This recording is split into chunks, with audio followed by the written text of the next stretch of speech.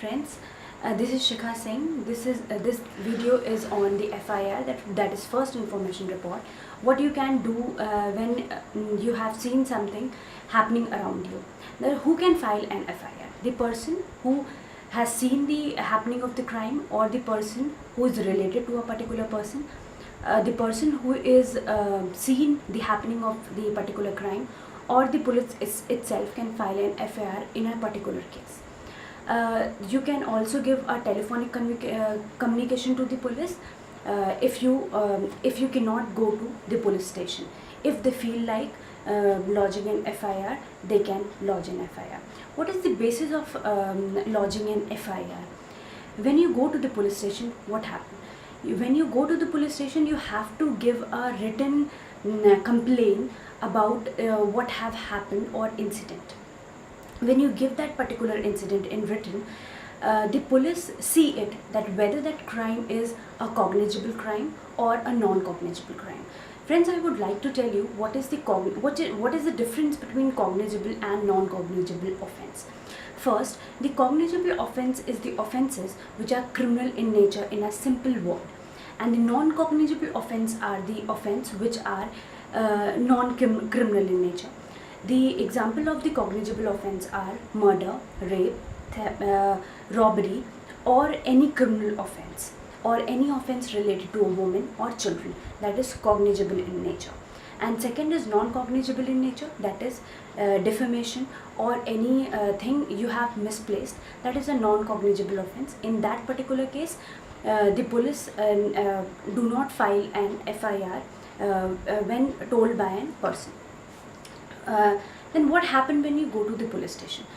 When you go to the police station for lodging an FIR in a particular case, the police will ask the particular incident. You have to tell a particular incident.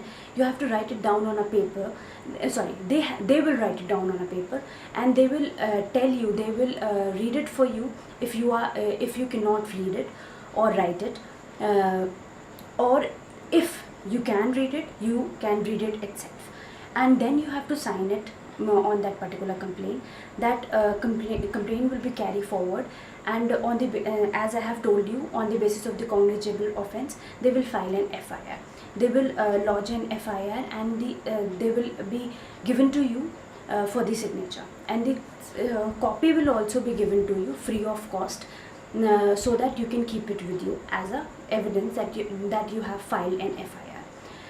There are four copies of FIR. First is given to you, second is kept in the police station itself, third is for the court, and fourth is for the senior officers who want anything related to the incident. They can read it from the FIR. Secondly, I would like to tell you about the jurisdiction. Jurisdiction is the area where the crime has happened.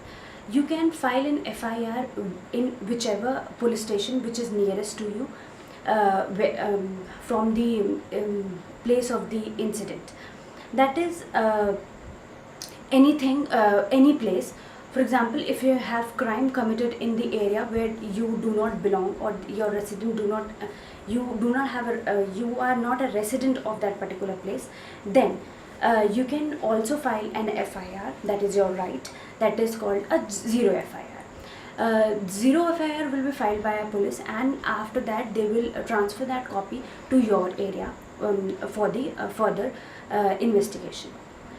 If you have conveyed it to the police on the phone, they will first investigate that particular matter, that what has happened, or that particular incident is real or not. Then after preliminary investigation, they can file an FIR.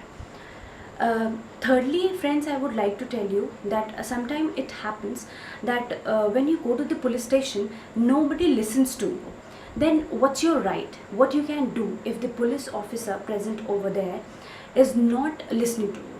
Then you have many other options also. You can approach to the superintendent of police or any senior officer, and you can give it written to them, and on their order the police has to take action and file your FIR. The second is, if the that option is not working for you, you can go for the second option, that is a magistrate, area magistrate. You can go to the area magistrate, give a written complaint to them. They will also they have a right under CRPC section 156(3) to order it to the particular police station to file your FIR.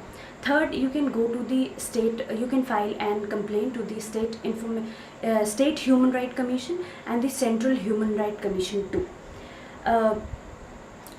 These are the things which you can do when the police are not working in your favor.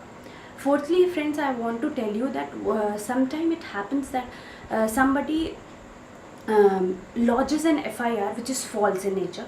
That means you haven't done anything, then also the FIR has been lodged against you. Then you can, if the FIR has lodged against you, you cannot quash it because the police does not have power to quash it.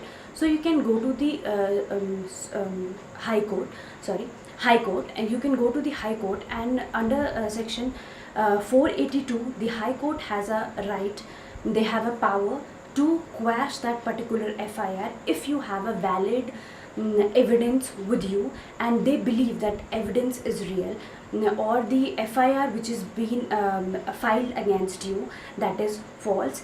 They can quash that particular FIR. If you want